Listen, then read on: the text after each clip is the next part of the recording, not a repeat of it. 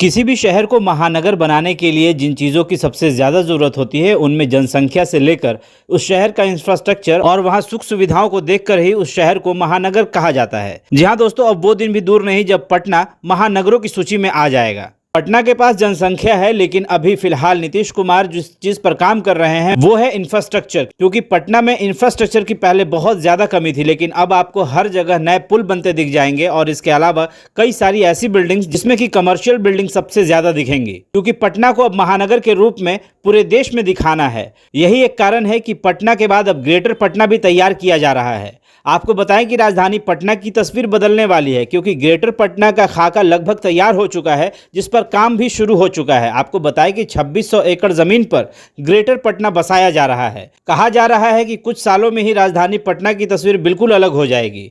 Greater Patna करीब 600 वर्ग kilometre में फैला होगा, जिसके लिए पटना जिला के 7 प्रखंडों के 2600 एकड़ भूमि का अधिग्रहण किया जा रहा है, जिससे करीब 500 गांव लाभान्वित होंगे, या सीधे ये कहे कि ये 500 गांव शहरीकरण की तरफ बढ़ रहे हैं। इन 500 गांवों को ग्रेटर पटना के लिए तैयार किया जा रहा है। साथ ही करीब 17 लाख लोगों को भी इसका लाभ मिलेगा। किसी भी शहर पर जब जनसंख्या का भार अधिक होने लगता है तो उसके लिए एक नया शहर बसाना पड़ता है। जैसा कि आपको पता होगा कि मुंबई के बाद नवी मुंबई बनाया गया, ठीक उसी तरह जैसे दिल्ली के बगल में नोएडा और नोएडा के बगल में ग्रेटर नोएडा बसाया गया, ठीक इसी तर्ज पर पटना के बाद अब ग्रेटर पटना भी बसाने की कवायद तेज हो गई है। ग्रेटर पटना में सबसे अधिक इलाका होगा मनेर प्रखंड का। इस प्रखंड की 480 एकड़ भूमि ग्रेटर पटना के हिस्से में जा रही है, जिसमें कि 49 गांव सम्मिलित होंगे।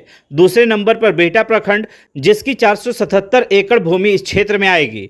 इस प्रखंड के 100 गांव इससे लाभान्वित होंगे। तीसरे नंबर पर नौबतपुर की 430 एकड़ जमीन, विक्रम की 362 एकड़, दानापुर की 360 एकड़, फुलवारी शरीफ की 291 एकड़ और संपतचक की 198 एकड़ भूमि ग्रेटर पटना में शामिल हो रही हैं।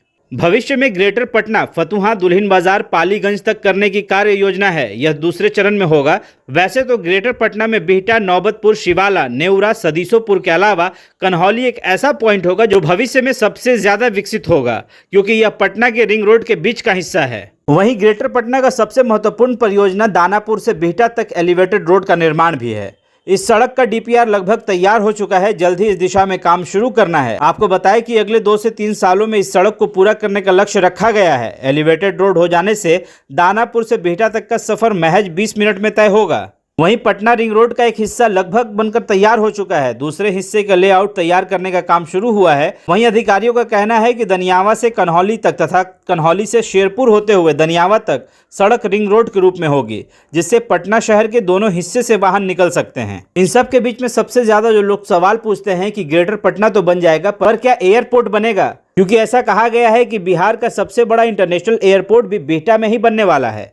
बिहटा में बनाए जाने वाले एयरपोर्ट के लिए भूमि अधिग्रहण का काम तो पूरा हो चुका है, लेकिन जिला प्रशासन का कहना है कि इसे बनने में लगभग 3 से 4 साल और लगेंगे, क्योंकि एयरपोर्ट और आसपास के इलाके को पूरी तरह से विकसित करना है। वहीं राजधानी पटना सहित आसपास के इलाकों में शहरीकरण की गति तेज होगी। साथ ही राजधानी के आसपास के इलाकों में इंफ्रास्ट्रक्चर डेवलपमेंट में तेजी आएगी। एयरपोर्ट के साथ साथ यहां पर रोजगार के अवसर भी बढ़ाने हैं। लोकल ट्रेन या मेट्रो प्रोजेक्ट पर भी तेजी से काम शुरू हो रहा है। अभी राजधानी के 75 वार्डों पर 21 लाख लोगों का दबाव है। यह संख्या आने वाले समय में और बढ़ेगी। अगल बगल के क्षेत्र भी गांव से शहर में बदलेंगे तो राजधानी पर दबाव भी कम होगा। कुल मिलाकर अगर बताएं तो आने वाले कुछ सालों में पटना महानगरों की लिस्ट में सबसे ऊपर हो सकता है, क्योंकि इसे जिस ढंग से बनाया जा रहा है, जिस ढंग से इसे विकसित किया जा रहा है, वाकई में ये देखने के बाद आपको भी लगेगा कि हाँ, पटना को काफ़ी अच्छे ढंग से एक दूसरे जिले से कनेक्ट किया गया है और ग्रेटर पटना को बहुत ही अच्छे ढंग से बसाया गया है।